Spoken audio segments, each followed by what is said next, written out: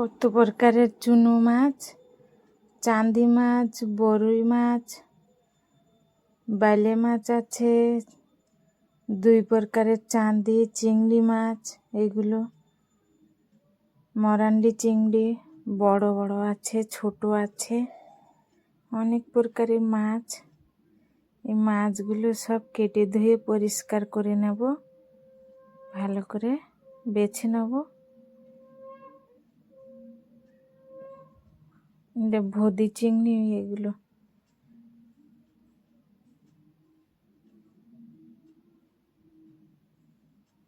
সব ছোট আছে মাছ, বড়, অনেক প্রকারের মাছ। এটা বড় চান্দি।